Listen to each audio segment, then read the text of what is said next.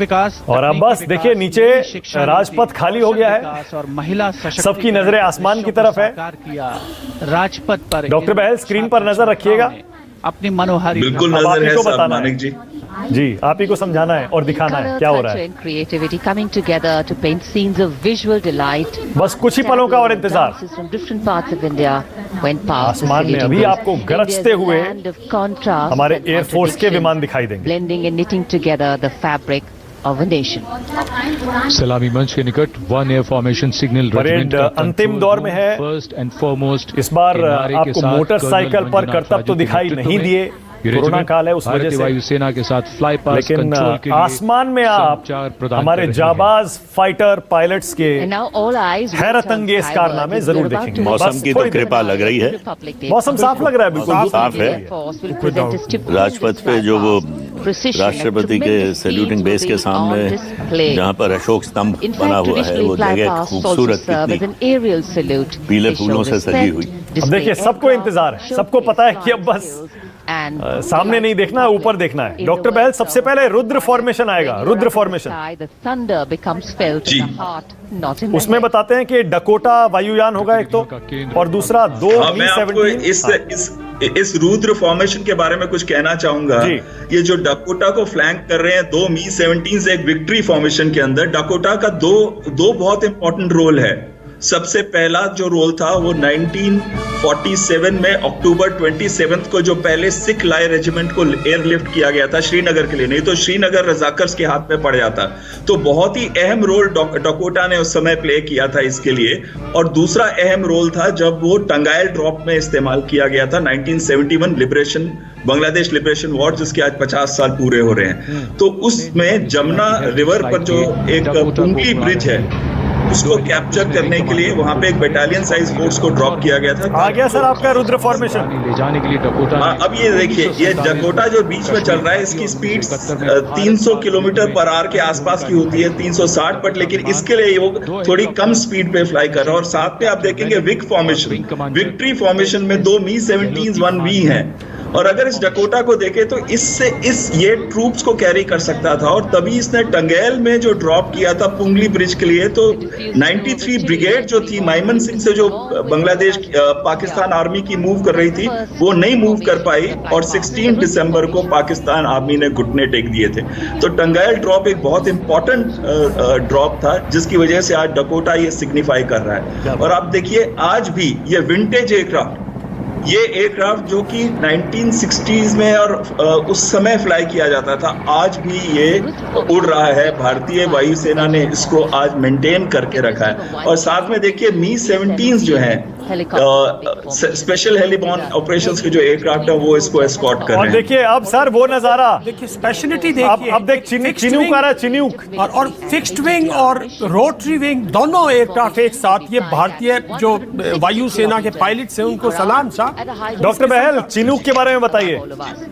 हाँ, चिनूक जो जहाज अभी आ रहा है इसके साथ दो मी-17 इसके साथ भी है। चिनूक में आप देखिए दो रोटर लगे हैं।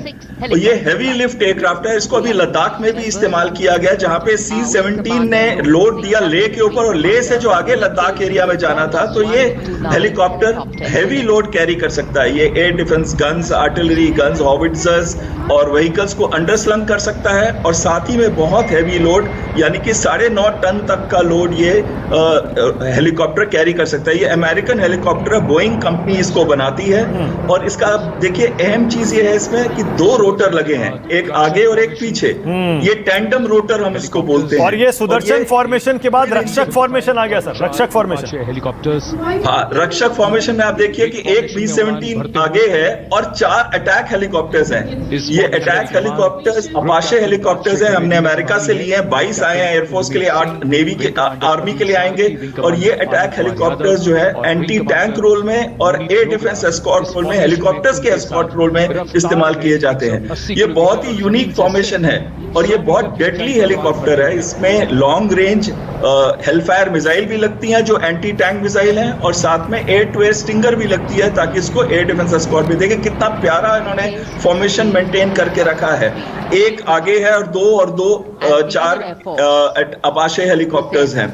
और अपाचे हेलीकॉप्टर में आप देखेंगे इनके साथ रॉकेट पॉड भी लगे हैं और ये हेलफायर मिसाइल भी कैरी कर सकता है। बहुत ही खूबसूरत। और रक्षक फॉर्मेशन के बाद जिसमें MI-35 थे, अब आएगा भीम फॉर्मेशन। भीम डॉक्टर भीम ये 3 C-130 होंगे। आप इसको ध्यान से देखिएगा, 3 C-130 जहाज होंगे। ये medium lift tactical transport aircraft है। ये इतना बेहतरीन, ये देखिए 4 इंजन का टर्बो प्रॉप 4 इंजन का एयरक्राफ्ट। इसको हर टाइप के रोल के लिए इस्तेमाल किया जा सकता है, एयरबोर्न असॉल्ट के लिए और इवन आर्म्ड रोल के लिए भी इसको इस्तेमाल किया जा सकता है, इलेक्ट्रॉनिक वॉरफेयर के लिए इस्तेमाल किया जा सकता है। ये सेमी प्रिपेयर्ड रनवे सर्विस से टेक ऑफ कर सकता है, यानी कि इसको प्रॉपर रनवे भी नहीं चाहिए और बहुत छोटा रनवे चाहिए टेक ऑफ करने के लिए। और इसने बहुत अहम रोल प्ले किया है, चाहे वो वियतनाम वॉर था, चाहे वो इराक था या अफगानिस्तान वॉर में, इसने बहुत अहम रोल प्ले किया है। और आज भारत के लिए टैक्टिकल एयरलिफ्ट में ये बहुत ही आर्मी के सपोर्ट में बहुत इंपॉर्टेंट रोल प्ले कर सकता है। तो ये 3 C-130 हमने देखे। और अब नेत्र फॉर्मेशन आएगा सर। नेत्र फॉर्मेशन की ओर तो आकाश में जी, नेत्र फॉर्मेशन में क्या नेत्र कहते हैं? फॉर्मेशन आकाश में नेत्र, आकाश में निगाह। ये हवा में एक ऐसा अर्ली वार्निंग रेडार है जो एयरबोर्न अर्ली वार्निंग तक के इलाके में दुश्मन की हरकत नेत्र रेडार जो है वो इंडिजिनस रेडार है airborne early warning and control system का।